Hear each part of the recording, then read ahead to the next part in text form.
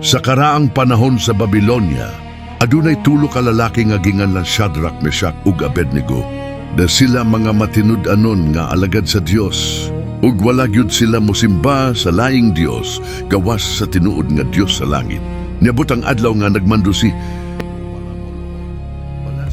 hadlok kay mas dako ang ilang pagtuo kaysa kahadlok sa kamatayon.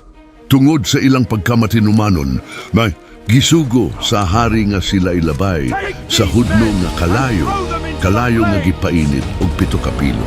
Ang kainit nini nakapatay paggani sa mga sundalong naglabay kanila sa sulod. Apan usa ka milagro ang nahitabo. Sa dihang tanawon sa hari ang hudno, iyang nakita dili tulo, kundi 4 ka tawo nga naglakaw.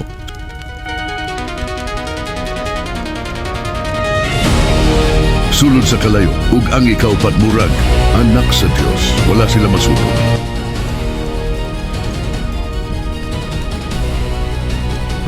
Wala ganibaho sa aso ang ilang mga sinina.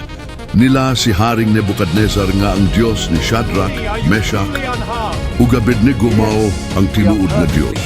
Ang Dios nga nagluwas sa mga mosalig kaniya.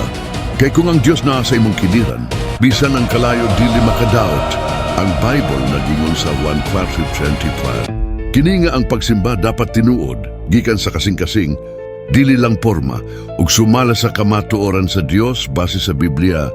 Kay ang Dios dili limitado sa usa ka lugar. God is a spirit, ang Dios espiritu. Nagpasabot nga ang Dios dili makita ug wala siya magpuyo sa bato or kahoy. Dili limitado sa pisikal nga lugar. Dili siya nagpuyo sa usa lang ka templo o simbahan. Worship in spirit, simbahon sa espiritu.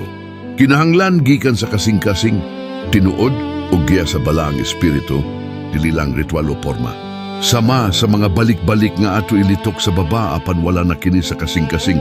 Unta malamdagan kita kini nga mobu apan nanindot nga tinuod nga panghitabong niadtong panahon sa Babylonia.